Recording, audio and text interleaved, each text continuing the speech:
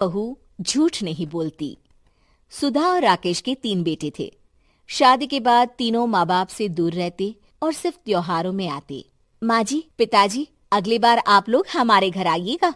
अरे नहीं बहू, सब यही आ जाते हैं तो घर खिला खिला लगता है। हाँ बहू, तू हमेशा बुलाती है तो जरूर आएंगे तेरे पास भी। हाँ हाँ, दीदी का घर बड़ा जो है, सब कुछ आपने शादी के बाद दीदी को ही तो दे दिया था। हमें भी दिया होता तो हम भी बड़ा घर लेते। क्यों सुनील? अरे नहीं नहीं, पापा ने सबको एक बराबर ही दिया है। छोटी बहू, क्या चाहिए तुम्हें, बोलो। वो आपके सोने की चेन वाली घड़ी है ना, वो अगर आप मुझे। तभी वहाँ मजली बहू भी आ जाती है। और मुझे ना आपका मंगलसूत्र कितना लंबा, सुंदर और भारी भी है। अरे हाँ हाँ, तुम दोनों को ही दूंगी बहू, चिंता न करो। चलो अब खाना लगाओ, खाना खाया जाए।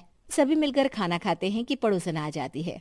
अरे सुधा बहन, थोड़ी चीनी तो देना, घर में शक्कर नहीं है और मेहमान सर पर बैठे हैं। अरे छोटी बहू, चाची को शक्कर तो दे दो। अरे मजली दीदी, आप दे दीजिए ना, मैं यहाँ कम आती हूँ तो मुझे पता ही नहीं है कि सासू माँ सारी चीजें कहाँ रखती है। और तुम, मैं कौन सा यहाँ रोज शक्कर फाँकने के लिए आती हूँ, मुझे भी नहीं है पता। तभी बड़ी बहू हाथ में चीनी की कटोरी लेकर आती है। चाची, शक्कर आप लोगों का बड़ा सहारा है माँ जी और पिताजी को, वरना हम लोग तो यहाँ रहते ही नहीं। आप जैसे पड़ोसी हैं तो हम निश्चिंत है। और जीती रहे बहू, अब तो ये घर पड़ोस कम परिवार ज्यादा लगता है। सुधा अपनी बड़ी बहू को देखकर बहुत खुश रहा करती थी। वो उससे अक्सर घंटों बात भी किया करती, लेकिन दोनों दूसरी बहुओं का भी वो समझती थी कि शायद छोटी है, वक्त आने पर संभल जाएंगी। समय आ जाता है जब सभी को वापस जाना होता है। माँ जी, हम लोगों की फ्लाइट पहले है, हमें इजाजत दे। वो सास के गले लगकर चली जाती है। थोड़ी देर बाद छोटी बहू कहती है, माँ जी, मैं ना ये सोफे के कवर और चादरें ले जा रही हूँ, यहाँ तो ऐसी ही पड़ी रहेंगी। हाँ हाँ बहू, ले जा, और कुछ चाहिए तो बोल। और तो चाहिए बहुत कुछ, पर चलिए कोई बात नहीं, अगली बार ले जाऊंगी मैं। ऐसे ही मंजली बहू भी घर का बहुत सारा सामान ले जाती है। सभी के जाने के बाद सुधा राकेश से कहती है, घर कितना सूना लग रहा है ना। हाँ, और खाली भी। तुम्हारी दोनों बहुएं सब बटोर गई। अरे ठीक है ना, हम दोनों ही तो हैं, कितना सामान लगेगा, फिर उन लोगों की नई गृहस्थी, इतना मत सोचा करे। समय बीतता है। ऐसे ही हर साल त्योहारों में सुधा और राकेश के बच्चों की बहू आते और जाते वक्त ढेर सारा सामान पैक कर कर ले जाती। लेकिन कुछ ही सालों में सुधा का देहांत हो जाता है। पिताजी, आप यहाँ अकेले क्या करेंगे? हम लोगों के साथ चलिए। अरे नहीं नहीं बहू, इस घर में सुधा की यादें हैं, मैं उसे नहीं छोड़ सकता हूँ। अब तुम लोगों की माँ नहीं रही। देख लो, वैसे तो मैंने उसके जीते जी सब कुछ दे दिया है, लेकिन कुछ उसका पर्सनल कीमती सामान था जो ये है, ले लो।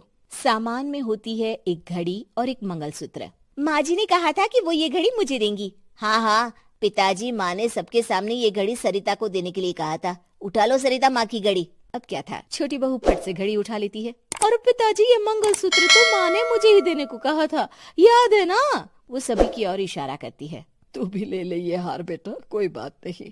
मंजली फटाक से हार उठा लेती है। ससुर बड़ी बहू की तरफ देखते हैं। तुझे क्या दूं बेटा? पिताजी, माँ ने एक चीज मेरे लिए भी रखी है। सभी के कान खड़े हो जाते हैं कि आखिर सास ने क्या रखा होगा बड़ी के लिए। अरे माँ जी तो दीदी से प्यार भी ज्यादा ही करती थी, हमेशा उनसे बात किया करती। जरूर कोई बड़ी और अपनी प्रिय चीज दी होगी दीदी को। और देख लेते हैं ना, वरना तो हम भी बराबर का बंटवारा करेंगे। हाँ हाँ, कर लेना बंटवारा। लेकिन बड़ी बहू, बताओ तो, सुधा ने क्या रखा है तुम्हारे लिए? अभी तो हम लोग यही हैं पापा जी, जब जाने लगेंगे तो बता दूंगी। बड़ी बहू के मुंह से ये बात सुनकर बाकी 2 बहुएं सोचने लगती हैं कि आखिर क्या है जो दीदी को सासू माँ देकर गई हैं। दीदी, ऐसा तो नहीं ना कि पूरे घर का आधा हिस्सा माँ बड़ी भाभी को देकर गई हो? तभी वहाँ ससुर आ जाते हैं। नहीं नहीं, ऐसा कुछ नहीं है। मकान तो तुम तीनों का बराबर से है। देखो, बड़ी बहू से तुम्हारी सास ज्यादा जुड़ी थी, न जाने क्यों घंटों बात किया करती थी। पता नहीं क्या देकर गई है उसे। और ससुर जी, आपको क्या पता, चालाकी से पूरे घर के पेपर में साइन करवा लिए हो, या फिर कोई छुपा गहना। आखिर मकान पूरा तो आपने सासू माँ के नाम ही कर रखा था ना। अब घर में ये सस्पेंस बन जाता है कि आखिर बड़ी बहू क्या लेकर जाएगी। फिर वो दिन भी आ जाता है जब बड़ी बहू के जाने का समय हो जाता है। बेटा, परसों तुम चली जाओगी, बताया नहीं, माँ ने तुम्हें क्या दिया? घड़ी और हार जो बेशकीमती था और तुम्हारी सास को सबसे ज्यादा प्रिय था, उसका तो बंटवारा भी हो चुका है। अब तुम्हारी बारी। हाँ पिताजी, आज मैं ये बात बताने ही वाली थी। माँ ने मुझे उससे भी बेशकीमती चीज दी है और वो है आप। आपसे अधिक प्रिय उन्हें कुछ नहीं था। माँ चाहती थी कि आप मेरे साथ रहें। चलिए पिताजी। बेटा, मेरे पास तो कोई पेंशन भी नहीं है और ना ही कोई प्रॉपर्टी। लेकिन आपके पास संस्कार है पिताजी, जो मेरे बच्चे आपसे लेंगे, तो आपको ले जाने पर स्वार्थ ही है मेरा। चलिए ना पापा। सभी के सामने पिताजी बड़ी बहू और बेटे के साथ उनके घर चले जाते हैं।